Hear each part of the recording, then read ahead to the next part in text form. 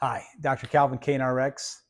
So we're going to follow the compression to distension video on the shoulder with the stretches for the shoulder. So these are my favorite. It's not an exhaustive list, but these are the primary ones that I'm going to assign. I'm going to start with definitely the number one that I think everybody should be doing. And then the number 2 and 3 and 4 and 5 stretch are going to be reserved for those that have actually started to suffer some range of motion loss, like either full-blown frozen shoulder or have definitely having trouble increasing that range of motion. If that's the case, I sincerely hope you're working with a professional. If not, I really need you to focus in on that compression distension technique. So watch that video, watch that compression distension video, make sure you're doing a really good job of that work, and then you're going to incorporate these stretches. The first stretch, again, got the cane here. I'm going to extend it all the way out to its longest position, and that is going to be for that pass-through maneuver. So we're going to just bring those shoulders up. We're going to have a wide grip here, and you're going to come up and you're going to come back. Now, if I can come all the way back, that's fantastic.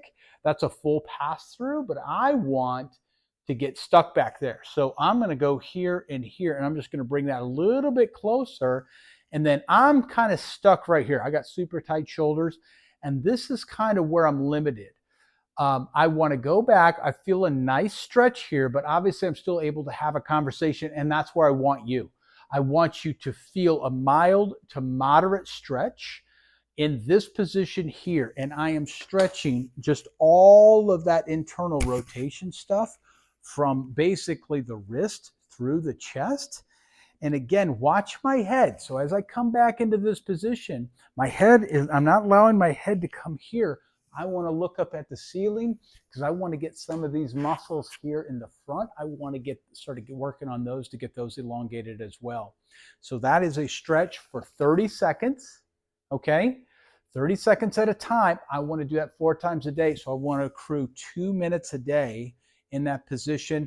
That's minimum. You can obviously, the sky's the limit. You can work up to 10 minutes a day, but I'd really like for you to work 4 30-second sessions in that stretch right there. That's definitely one of my favorites. So this is right by your standing desk that you're working on. If you watch my posture video, you know what I'm talking about, standing desk. I want to move you that direction, but this is right by that standing desk, and you're just picking out 4 times throughout the day to start doing that stretch. If you've got a little bit more of an advanced shoulder issue, you've really kind of just suffered a loss of range of motion for extended period of time, you're sort of floating into or full-blown frozen shoulder range, you're going to have 2 more stretches that you're going to incorporate. We're going to get on the floor, or if you've got a bench, the floor is fine, or even the side of your bed is fine, and you're going to lay on that affected shoulder. So in this video, it's my left shoulder that's affected, and I'm going to try to get that as close to 90 degrees as I can. Again, if you're really stiff, that's going to be difficult. Do the best job you can. My chin is going to go into my armpit, and I'm going to grab that wrist, and I'm just going to start pushing that down there until I get a stretch, and you're going to feel that stretch back in there. And again, that's going to be for 30 seconds at a time, working up to 2 minutes. The other one, just go in the other direction, go in this way, and again, 30 seconds.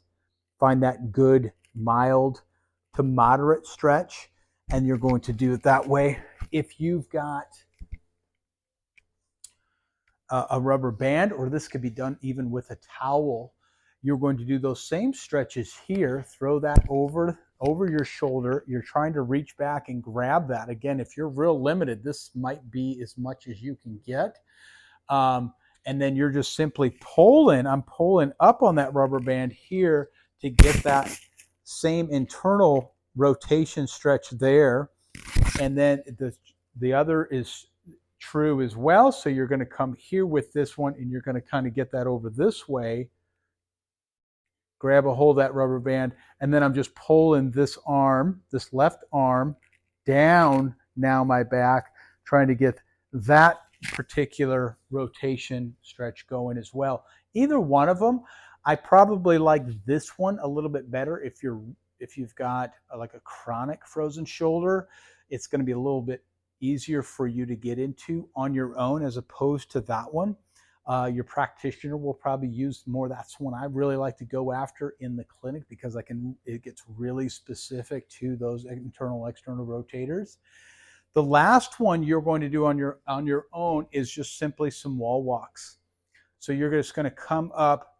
Again, this is more that frozen shoulder. You're just coming up here and you're just walking. I'm straight on to the wall.